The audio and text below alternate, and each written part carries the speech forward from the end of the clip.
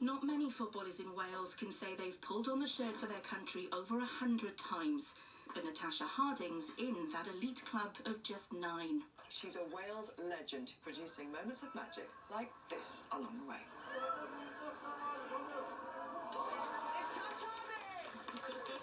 A former Reading captain with stints at Liverpool, Aston Villa and Man City, she's been an inspiration for many girls wanting to get into football, like 10-year-old Eliza, who took up one-to-one coaching with her.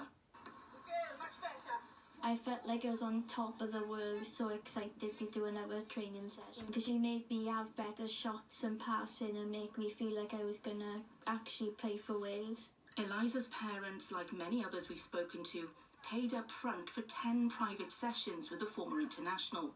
4 were delivered, but then they faced a series of excuses why the rest couldn't be scheduled.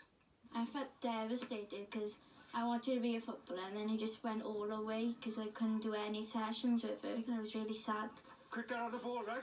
Eliza's dad helps run the grassroots club she plays with in Aberdare. Players there were due to have group coaching sessions too. When she originally approached me, she was after a partnership with the club where we would pay £650 for her to come in and deliver 12 sessions. She would also offer us a 20% community kickback scheme where any profits she made, 20% would come to the club as a sort of charity goodwill gesture. But the partnership was short-lived, with only 2 of the promised 12 group sessions delivered, and parents who'd paid extra for one-to-one sessions struggling to get what they paid for. Someone who has that calibre and expertise that can inspire a generation is just ripped the heart out of young children, families and local businesses. It's also affected the women's national team, who are on the brink of reaching their first ever major tournament.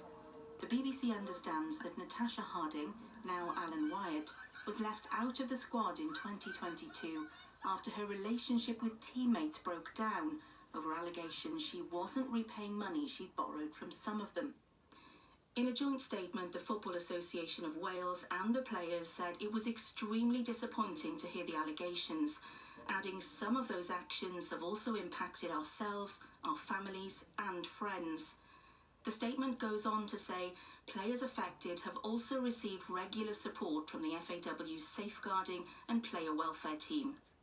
A number of local businesses have told us they ploughed thousands of pounds into sponsoring the Tash Harding Academy, but promised logos on kits and banners never materialised. But for parents still awaiting refunds, the biggest impact has been on their children's confidence. As a coach, but as a dad, I'm very aware that teenage girls in particular, there's a big dropout rate from various different pressures, sort of body confidence issues, bullying, exam pressures. So it took a lot of confidence for Hannah to have the one-to-one in the first place. So to not hear back from Tash, Hannah's words were actually, well, perhaps I wasn't good enough, which was naturally very sad. Natasha Allen Wyatt responded to our allegations saying, "I offer my apologies to those affected. This was unavoidable," saying her car was written off and a second one broke down. She added it was never the intention not to fulfil the sessions. On outstanding refunds, she said some had been paid or a payment plan agreed, whilst awaiting replies from others. But Steve and Adrian are still hundreds of pounds out of pocket, with no plan for repayment. Many parents have now turned to the police and Action Fraud to try to prevent children from other families being let down. That was Kaylee Thomas reporting.